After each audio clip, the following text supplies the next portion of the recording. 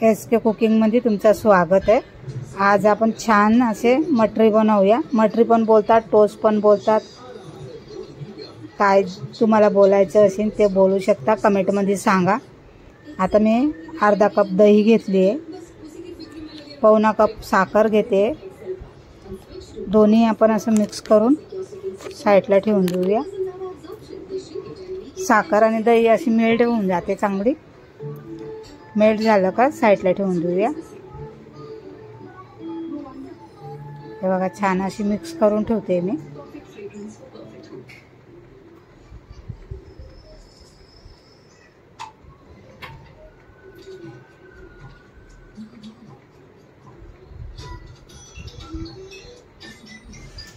साखर अशी पगळून जाणार एकदम छान अशी दहीमध्ये।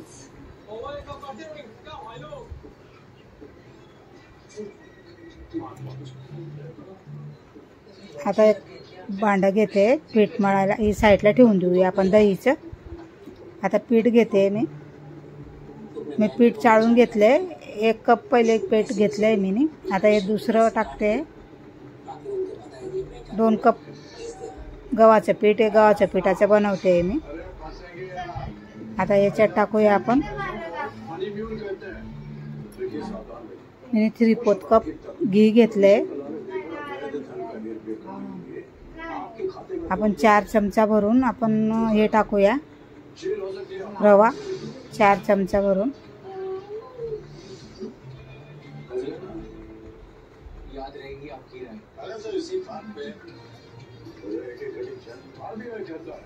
चार चमचा घेतलाय मी, वही सावस करते मी। आता 3/4 कप मी घी घेतले, घी पण त्याच्यातच टाकून देऊया।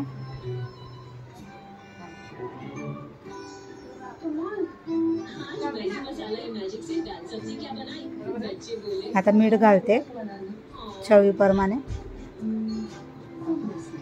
हे लागलं पाहिजे असं मीठ खाताना व्यवस्थित।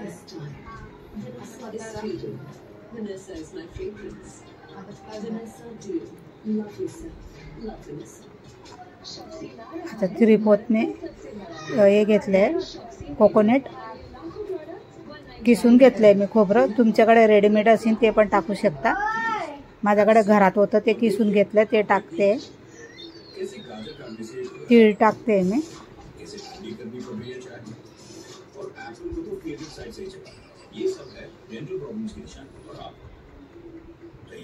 आणि आपण आता चांगलं मळून घेऊया। सगळं घी लागलं पाहिजे पिठाला।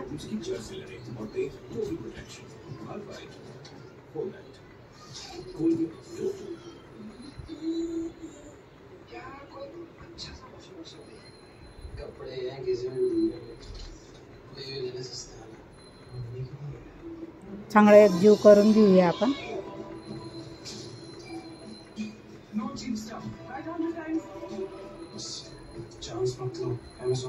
आता आपण ते साखर आणि दहीचं मिश्रण करून ठेवलंय आपण बेटर, ते टाकूया थोडं थोडं आणि मग पीठ मळूया।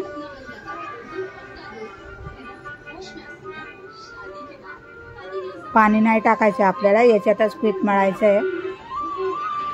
मेल्ट झाली व्यवस्थित।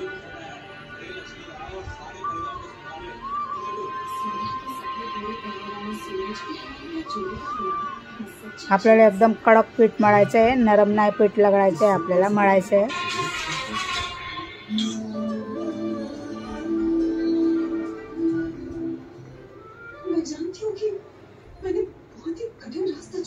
सगळं असं थोडं थोडं करून टाकूया, लागेल तेवढंच टाकायचं आहे आपल्याला। उरलं तर चालेल, पण माझं बरोबर मापानं घेतलंय तर नाही उरणार।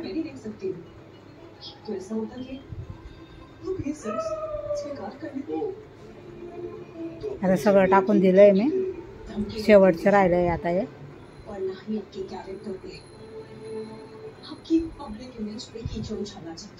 लेकिन आप इस बच्चे को नहीं अपना रहे, इसलिए मुझे ये जंग छेड़नी होगी।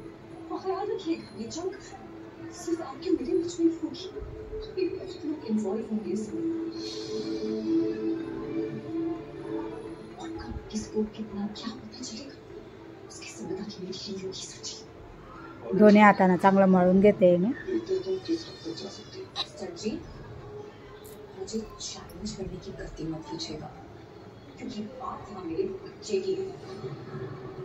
पाण्याचा बिलकुल वापर नाही केलाय मी. तेवढी दही आणि साखर म्हणजे मळून घेतलंय मी पीठ. हे बघा छान मळून झालंय. आपल्याला कडकच पाहिजे, आपल्याला टोस्ट बनवायचे आहेत ना म्हणून.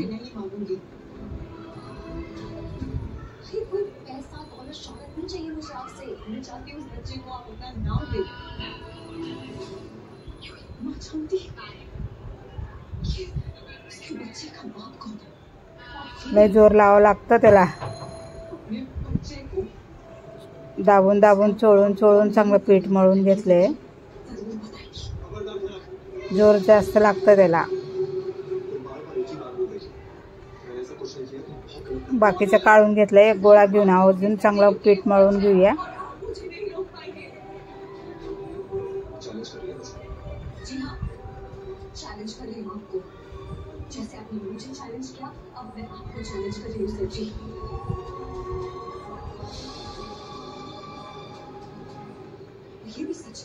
चाय नाश्ता सोबत छान लागतंय. सुक्क पण खाऊ शकता, चाय सोबत पण खाऊ शकता.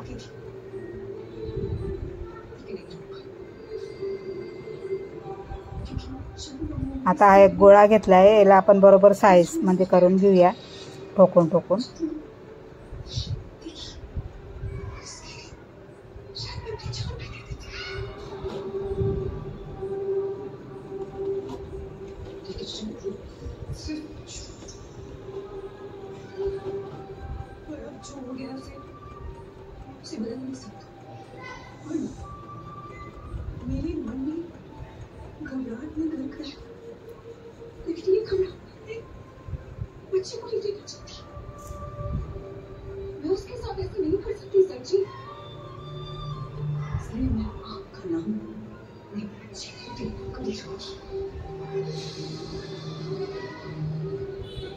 चार गोळा बनवलेत. आता याला 10 मिनिटं आपण साईडला ठेवूया. तेल गरम करायला ठेवूया आपण. 10 मिनिटं झालं. आता आपण याच्या बरोबर हे करून घेऊया. व्यवस्थित त्याची एक हे करून घ्यायचं गोळा आणि टोचच्या हिशोबानं साईज द्यायचं त्याला.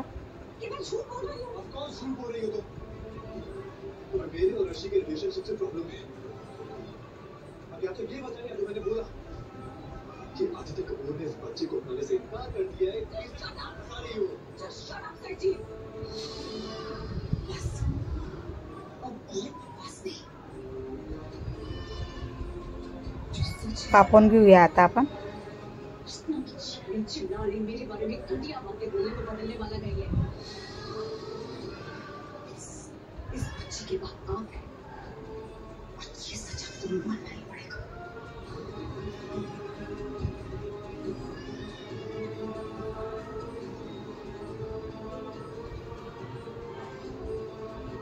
पुढचं असतं ना ते कापून घ्यायचं. तो जाडा गोळा असतो म्हणून हे असं काढून घेतलंय मी मागचं आणि पुढचं. हे बघा असे बिस्किट बनवून घेतले.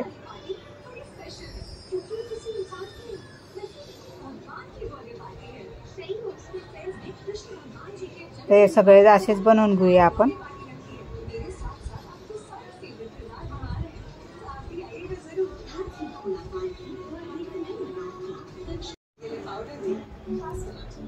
आता हे सगळे आपण असेच बिस्किट बनवून घेऊया. हे बघा किती सुंदर बिस्किट बनलेत. टोस्ट बोलतात, काही लोक मठरी पण बोलतात त्याला, मठरी. आपण टोस्ट बोलूया. तुम्हाला काय नाव ठेवायचं तर तुम्ही ठेवू शकता. तेल गरम झालंय आपलं. जास्त गरम नाही करायचं, जळून जातात. नाही तर हलकं गॅसमध्ये थोडंसं असं दाबून घ्यायचं आपण आणि मग टाकायचं. मी थोडं हाताने असं थोडंसं दाबून घेते आणि गॅसला कमी ठेवायचा, मीडियम मध्ये. आणि मग ते फ्राय करायचे आपल्याला. कारण की जास्त फास्ट ठेवलं ना, तेल जास्त गरम झालं ना, जळून जाणार, आतमध्ये कच्चं राहून जाणार.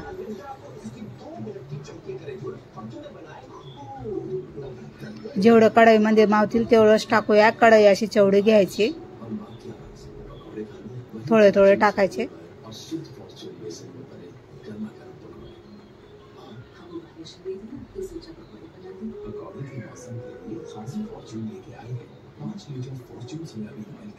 आता आपण उलट पुलट करून घेऊया.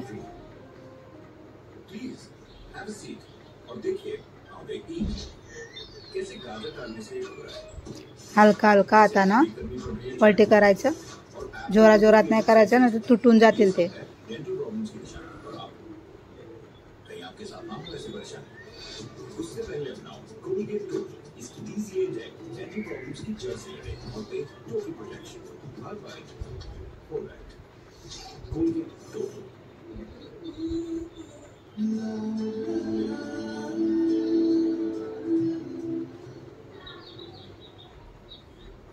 आता काढून घेऊया आपण.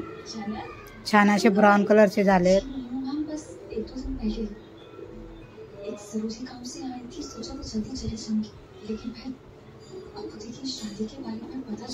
आपल्याला असं दिसतं की एकदम काळे आहेत, पण ते काळे नाही आहेत. तुम्हाला तसं वाटणार ते. नंतर 1-1.5 तास ठेवलं ना, ते एकदम मस्त कुरकुरीत बनून जातात. आता नरम असतील ते थोडेसे, काढताना नरमच राहणार ते. नंतर 1 तासभर ठेवले ना, एकदम कुरकुरीत होऊन जातात ते. आता सगळे असेच तळून घेऊया.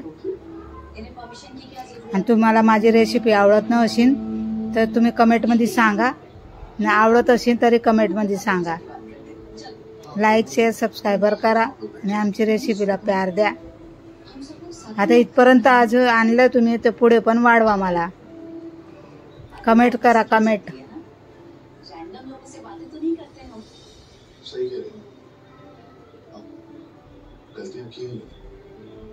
हल्ली कमेंटच करत नाही कोणी.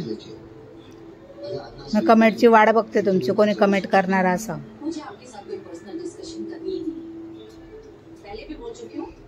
हे बघा किती छान बनलेत, एकदम कुरकुरीत झालेत. हे बघा, चाय सोबत पण खाऊ शकता